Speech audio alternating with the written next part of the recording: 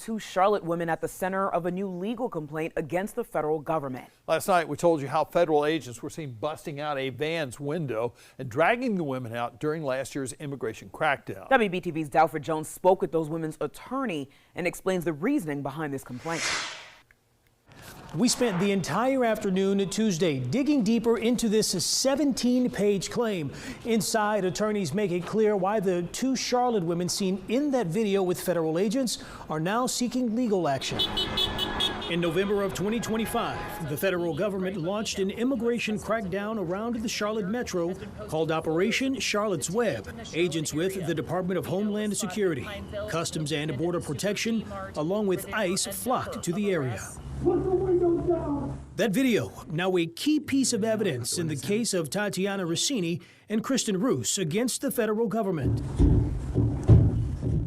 Both women were arrested and charged with assaulting a federal officer. Before the incident began, the chief counsel with the coalition, Jake Sussman, says the women were among several cars honking and blowing whistles, which became a way residents warned others that immigration agents were around. When two friends on their way to the Southern Christmas show decide to be good community members and good neighbors and watch and document what immigration agents are doing. In these dangerous times, you know, a lot of immigrant families, whether that be your mother, your father, you know, your uncle, your cousin, a lot of them can't come out right now just because, I mean, look at the raids that are going on. DHS says Operation Charlotte's Web resulted in more than 425 arrests. Rossini and Roos were arrested here on Kilgo Way, a quiet, dead-end street in the Plaza Midwood neighborhood. But it was a much different scene back in November of last year. That's when Sussman says his clients suffered mental, physical, and psychological harm.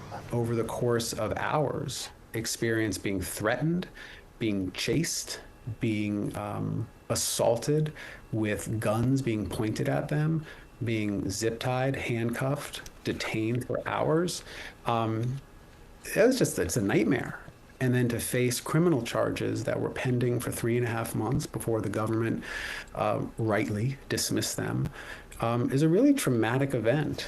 Both women are seeking damages of $1.2 million apiece, plus attorney's fees. Sussman says the federal government has 6 months to respond. If they don't, a lawsuit will be filed. In the newsroom, Dalford Jones, WBTV, on your side.